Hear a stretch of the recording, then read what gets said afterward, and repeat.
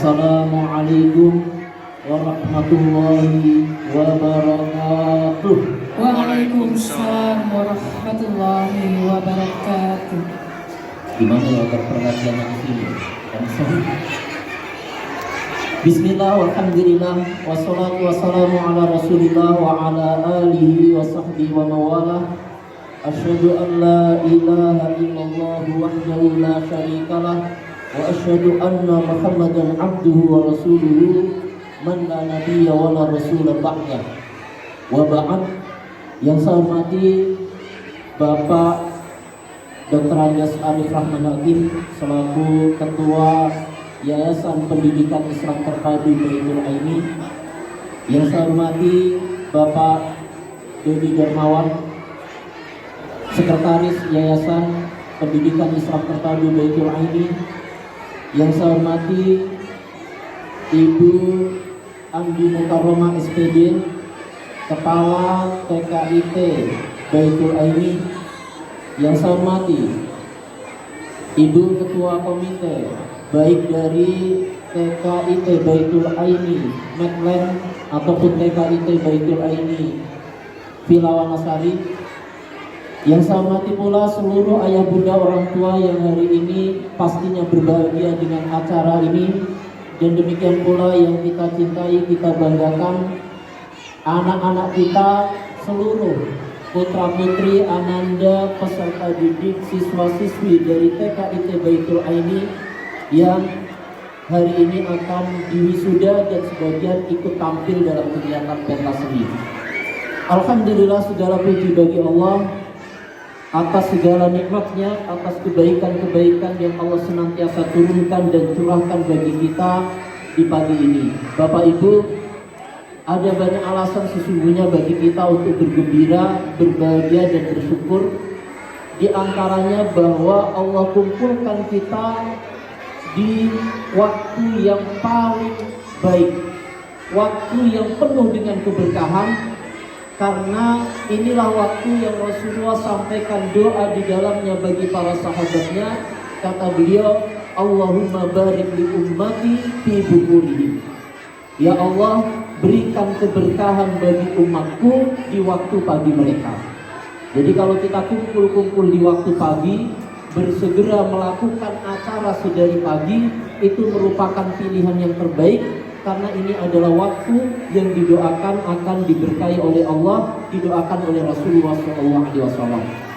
Yang kedua, kenapa kesyukuran ini mesti kita lakukan? Karena kita berada dalam momen terbaik, dalam acara terbaik, yaitu kesempatan untuk mengapresiasi dan memberikan penghargaan kepada anak-anak kita yang luar biasa.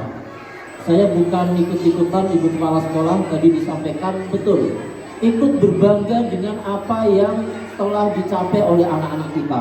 Tadi Ananda Kia ya, yang membacakan ayat Al-Quran dengan terjemahan dari Ananda Alisa, luar biasa. Bacaannya demikian hebat, bacaannya demikian istimewa, padahal mereka baru berada pada usia yang mulia. Saya berhusnuzon, berbaik sangka, mudah-mudahan demikian pula bacaan dari ayah bunda orang tua semua. Betul gak Bu? Sebagus itu, sehebat itu, dan mudah-mudahan hafalannya juga sama. Ayah bunda yang dirahmati Allah Subhanahu wa Ta'ala, kalau ada kegelisahan yang patut untuk kita tunjukkan, maka salah satu kegelisahan yang mendapatkan kebenaran dari Allah adalah kegelisahan akan nasib anak-anak kita. Allah sampaikan di dalam ayatnya, a'udzubillahi minasyaitonirrajim, wal yakhshal ladzina law taraku min khalfihim dzurriyyatan dhi'afan khafu 'alaihim falyattaqullah wal yaqulu qawlan sadida.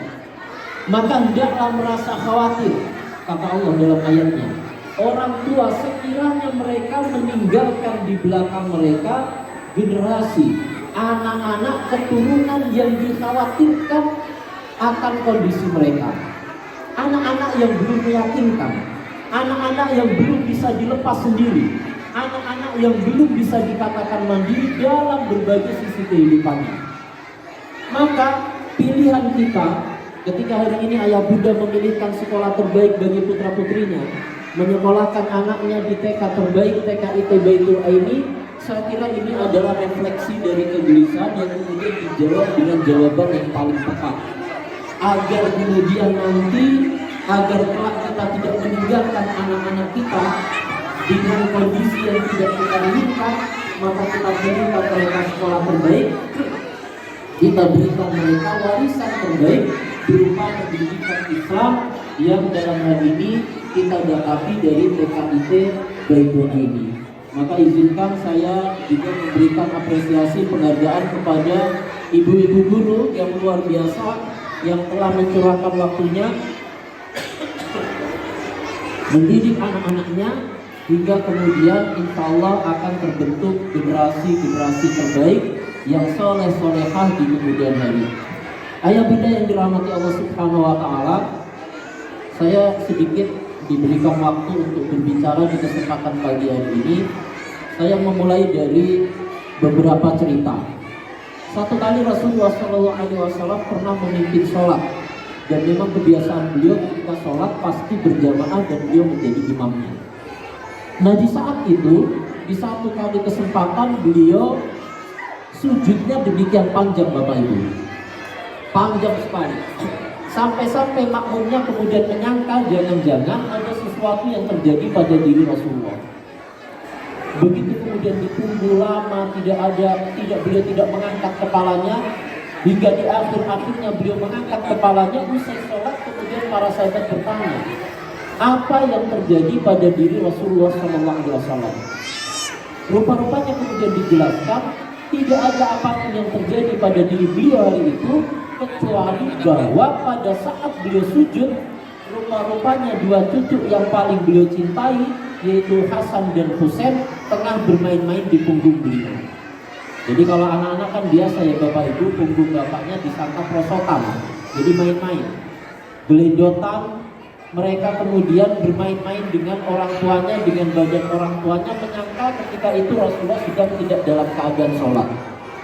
Nah, Rasulullah ketika itu tidak menegur, tidak memaksa mereka turun, tidak kemudian menurunkan mereka, tapi justru membiarkannya, seakan-akan beliau lebih takut mengganggu kenyamanan mereka daripada berpikir tentang jamaah yang ada di belakangnya.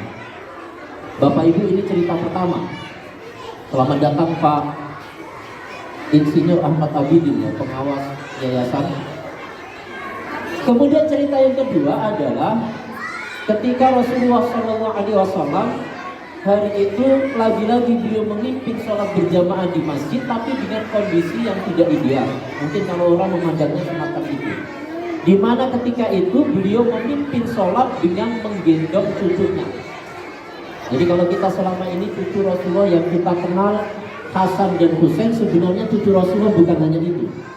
Cucu yang kedua yang saya ceritakan ini adalah cucu beliau yang bernama Umamah, seorang gadis kecil, anak perempuan, putri dari putri pertama Rasulullah, yaitu Zainab binti Rasulullah SAW. Digendong, tidak diletakkan, karena kalau diletakkan anak ini menangis, maka sepanjang sholatnya Rasulullah memimpin sholat menjadi imam dalam keadaan menggendong cucunya. Jadi digambarkan oleh Imam Bukhari dalam ceritanya itu begitu detail. Setiap kali berdiri beliau gendong, begitu beliau sujud beliau letakkan, beliau taruh dengan hati-hati, dan ketika kemudian beliau bangkit, beliau ambil kembali cucunya. Ayah bunda yang dirahmati Allah, Bapak Ibu seluruh hadirin hadirat, saya kira dua cerita ini kemudian memberikan garis tegas kepada kita tentang karakter Rasulullah SAW sebagai sosok terbaik yang patut kita contoh. Apa sifat itu? Sifat yang saya maksud adalah kasih sayang kepada anak. Jadi Rasulullah SAW di tengah kesibukan beliau, di tengah berbagai urusan yang beliau miliki yang harus diselesaikan, tidak pernah kemudian abai atau merasa sudah sedemikian sibuk hingga kemudian tidak ada kesempatan untuk bertemu dengan anak-anaknya. Ini mohon maaf bapak-bapak, biasanya bapak-bapaknya banyak aktivitas di luar. Sempet gak Pak ketemu dengan anaknya di malam hari? Jangan-jangan pulangnya ketika anaknya sudah tidur, berangkat sebelum anaknya bangun. Sempet Pak? Harus disempatkan. Karena Rasulullah SAW bahkan memanfaatkan momen sekecil apapun, waktu kapanpun untuk bertemu dengan anak-anaknya. Termasuk ketika harus membawa anaknya mengikuti sholat di masjid dan bahkan dengan menggendongnya. Maka kata kuncinya di sini yang ingin saya sampaikan adalah tentang cinta. Jadi bicara dengan pendidikan Bapak Ibu, modal pertama bagi kita dalam mendidik anak itu bukan ilmu pedagogi, bukan kemampuan untuk mendidik, bukan skill keterampilan tentang berbagai macam hal, teori-teori pendidikan yang terbaru. Tapi modal pertama dalam mendidik anak adalah cinta dan kasih sayang yang penuh yang ada di dalam hati kita. Maka insya Allah melihat wajah dari para ibu guru kita di TKIT Baitul Aini ini, orang-orang yang penuh kasih, orang-orang yang penuh sayang, orang-orang yang memang mencintai anak walaupun bukan putra putri mereka sendiri. Dan insya Allah di tangan guru-guru semacam inilah anak-anak kita akan mendapatkan pendidikan yang terbaik. Boleh berikan aplaus kepada ibu-ibu guru di TKIT Baitul Aini. Ibu-ibu, ibu dan bapak yang dirahmati Allah, dan sebagai penguat kenapa kemudian rasa cinta ini menjadi penting, Bapak Ibu kalau terbiasa membaca surat Al-Kahfi di malam Jumat, biasanya malam Jumat baca surat apa Pak? Al-Kahfi apa Yasin? Dua-duanya. Yang Yasin boleh, Al-Kahfi boleh, yang salah ya gak baca apapun ya. Di dalam surat Al-Kahfi itu Allah gambarkan salah satu episode cerita tentang perjalanan Musa dalam mencari guru. Nabi Musa tentu saja Nabi terbaik, satu di antara ulul azmi, tapi dalam salah satu momen dari kehidupannya, hari itu Allah perintahkan kepada Musa untuk mencari orang yang lebih pintar. Ada banyak versi riwayat tentang penyebab dari perjalanan itu, tapi di antaranya itu. Nah, kisah perjalanannya ini luar biasa. Beberapa hari beliau berjalan mencari ilmu dengan ditemani oleh salah seorang sahabatnya, hingga pada akhirnya beliau bertemu dengan seorang guru. Nah, saya ingin menggambarkan bagaimana sosok guru yang ditemui oleh Musa, sebagaimana Allah sebutkan di dalam ayatnya, bisa dibuka dalam surah Al-Kahfi ayat 65. Apa yang dikatakan oleh Allah? A'udzu billahi minasyaitonir rajim. Fawajada 'abdan min ibadina atainahu rahmatan min indina wa 'allamnahu min ladunna ilma. Maka dua orang ini, Musa dan sahabatnya, setelah perjalanan yang demikian panjang penuh lika-liku. Barangkali ini gambaran juga dari Bapak Ibu orang tua. Kemarin waktu mencari sekolah, datang ke sekolah ATK, ATKB, cari-cari mana yang sesuai, mana yang paling memungkinkan untuk menjadi tempat pendidikan anak-anaknya. Pada akhirnya kemudian Musa dan sahabatnya ini mendapatkan guru. Nah, gambaran guru yang kemudian disebutkan oleh Allah di dalam ayatnya adalah fawajada 'abdan min ibadina atainahu rahmatan min indina wa 'allamnahu min ladunna ilma. Ada dua sifat, ada dua karakter yang disebutkan oleh Allah tentang guru Musa hari itu. Yang pertama adalah seorang hamba, satu sosok laki-laki yang memiliki dan menganugerahkan sifat rahmah, kasih sayang yang utuh dari Allah Ta'ala. Dan yang kedua, orang yang diberikan oleh Allah ilmu yang banyak dan luar biasa. Jadi memang ilmu itu penting bagi seorang guru. Pengetahuan dan wawasan itu memang harus dimiliki oleh seorang guru. Tapi justru kata pertama yang disebutkan oleh Allah dalam ayat ini adalah sifat rahmah. Guru itu adalah orang yang harus bertimpah kasih. Guru adalah orang yang punya banyak stok sifat sayang dan cinta kepada anak. Stop dulu aja Bang Musa. Maka Bapak Ibu, ayah bunda yang dirahmati Allah Subhanahu wa Ta'ala, kalau peran itu di sekolah sudah diambil oleh ibu-ibu guru yang ada di TKIT Baitul Aini, pertanyaan berikutnya adalah apakah kemudian posisi itu sudah kita ambil manakala anak-anak kita ada di rumah? Saya selalu berkeyakinan bahwa apapun yang dihasilkan oleh anak-anak kita hari ini tidak semuanya, tidak melulu hanya oleh faktor sekolah. Ada orang tua yang berperan di sana. Tadi Ananda Kia bacaannya demikian luar biasa, tanpa saya bermaksud mengabaikan ayah bunda orang tua yang lain. Saya yakin sama kondisinya. Pasti di situ ada peran kedua orang tuanya. Maka berharap peran ini secara utuh kita ambil. Sebagaimana ibu-ibu guru demikian luar biasa kasih sayangnya, mudah-mudahan demikian pula kasih sayang yang ditunjukkan oleh orang tua pada saat anak-anak ada di rumah. Karena anak-anak kita tidak hanya belajar di sekolah ayah bunda, anak-anak kita tidak hanya mengambil contoh dan keteladanan dari ibu guru di sekolah, tapi mereka pun belajar dan melihat dengan apa yang kita lakukan, dengan apa yang kita kerjakan pada saat ayah bunda ada di rumahnya. Jadi kalau kemudian bagaimana mendidik anak kita cinta dengan Al-Quran, saya yakin hasil semacam tadi karena ayah bundanya di rumah juga mencontohkan dekat dengan Al-Quran. Kalau kemudian anak kita terlihat begitu rajin sholatnya, saya yakin itu juga hasil dari keteladanan orang tua yang selalu sholat tepat waktu, bahkan berjamaah di rumahnya. Nah, ayah bunda yang dirahmati Allah Subhanahu wa Ta'ala, waktunya sudah bisa bagi. Sedikit saya menilik kepada apa yang digambarkan oleh Rasulullah tentang kecintaan kepada anaknya, kita dapati dalam beberapa momen. Satu kali Rasulullah SAW pernah melihat sahabatnya. Beliau datang dan Rasulullah itu biasa datang berkunjung ke rumah para sahabatnya. Hari itu ketika beliau berkunjung ke salah satu rumah sahabatnya, didapati anaknya banyak, tapi Rasulullah kemudian perhatikan ini bapak kelihatan tidak begitu akrab dengan anaknya. Jadi anak-anaknya malah menjauh. Maka mohon maaf kalau acara ini wisuda tapi rame dengan anak-anak, saya tidak apa-apa karena memang karakter anak-anak memang rame. Jangan jauhkan anak-anak dari kita, biarkan saja. Yang penting bapak ibunya tetap sebagaimana orang tua. Jadi ketika Rasulullah kemudian melihat sahabatnya ini terlihat jauh dengan anaknya, Rasulullah bertanya, "Amatukum bihi? Tidakkah engkau pernah mencium dan memeluk anakmu?" kata Nabi. Ditanya oleh Rasulullah, sahabat itu kaget. Tidak menyangka bahwa Rasulullah justru memberikan pertanyaan yang sederhana tentang mencium dan memeluk anak. Laki-laki ini kemudian mengaku, saya lupa namanya, ada disebutkan dalam riwayatnya, bahwa dia tidak pernah memeluk dan mencium anaknya.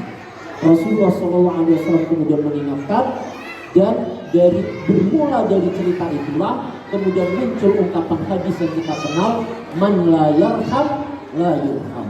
Orang yang tidak menyayangi maka tidak mungkin kemudian akan mendapatkan kasih sayang. Jadi sambil bermurut sebab dari adanya hadis itu, ungkapan itu adalah bermula dari kunjungan Rasulullah kepada rumah salah seorang sahabatnya, di mana beliau menyangka atau beliau menganggap bahwa Rasulullah, bahwa sahabatnya itu tidak menunjukkan rasa cinta yang cukup kepada anak-anaknya karena tidak pernah memeluk dan mencium mereka. Maka kasih sayang ini, ayah bunda yang dirahmati Allah, menjadi modal yang penting. Perlu kita ekspresikan, perlu kita tunjukkan kepada anak-anak kita agar mereka tahu bahwa ayah bundanya adalah orang-orang yang penuh dengan kasih dan sayang, dan insya Allah dengan perasaan itu mereka akan tumbuh dan berkembang menjadi anak-anak yang baik dan luar biasa. Yang kedua adalah ekspresi kasih sayang itu selain kemudian pelukan atau ciuman digambarkan oleh Nabi dalam bentuk penghargaan. Nah, cerita itu kita dapati dalam riwayat Imam Muslim ketika satu kali Rasulullah tengah ngobrol kumpul dengan beberapa orang, di sebelah kanan beliau para bapak-bapak. Kalau anak saya menyebutnya katanya generasi off ya, orang-orang lama. Ini Pak Hakim ini luar biasa, saya kenal lama, tapi baru hari ini saya tahu kalau beliau punya gelar BMS. Gelar lama ya Pak Hakim. Tapi walaupun gelarnya lama, saya tahu beliau orang yang update dengan perkembangan teknologi hari ini. Itu tidak paham tidak yang saya lihat. Saya baru tahu namanya Arif Rahman Hakim dan gelarnya BMS. Insya Allah beliau update.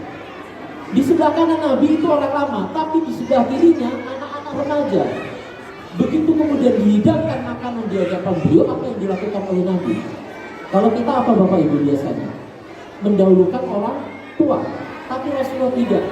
Beliau memang tidak mendahulukan orang tua, tapi sebelumnya minta izin kepada orang-orang muda. Kata beliau, wahai anak-anak muda yang hitam, kata Nabi, bolehkah kalau aku tawarkan minuman ini kepada bapak-bapak yang lebih tua? Jadi yang dilakukan Rasulullah demikian luar biasa, menggambarkan perhatian beliau kepada yang muda dan tidak abai kepada mereka. Nah, dalam konteks yang berbeda, ayah bunda yang dirahmati Allah, saya kira hal ini perlu kita terapkan. Walaupun anak-anak hargai perasaan mereka, Walaupun anak-anak, jangan sembarangan kita memberikan perlakuan kepada mereka. Kalau memang kita berjanji, jangan sampai mentang-mentang itu anak-anak kemudian janjinya kita lupakan. Atau bahkan sejak dari semula kita menyangka, udahlah biarin aja, janjiin. Kalau dia mau ditinggal di rumah, nanti kita janjikan kita akan berikan hadiah. Tapi sengaja, dari awal tidak ada keinginan untuk memberikan hadiah. Nah, Bapak Ibu perlu ingat, dalam hal ini juga ada cerita dari Nabi ketika satu kali beliau berkunjung ke rumah sahabatnya yang lain, didapati sang ibu menjanjikan sesuatu kepada anaknya, langsung dipanggil oleh Rasulullah. Apa kata Nabi? Betulkah engkau menjanjikan memberikannya sesuatu? Apa yang kamu berikan? Kata wanita ini, ya Rasulullah, aku sudah menyiapkan beberapa butir kurma sebagai hadiah bagi anakku. Kata Nabi, amalau annaki lam fa'alti dzalik laqad kutibat alayki kadhiba.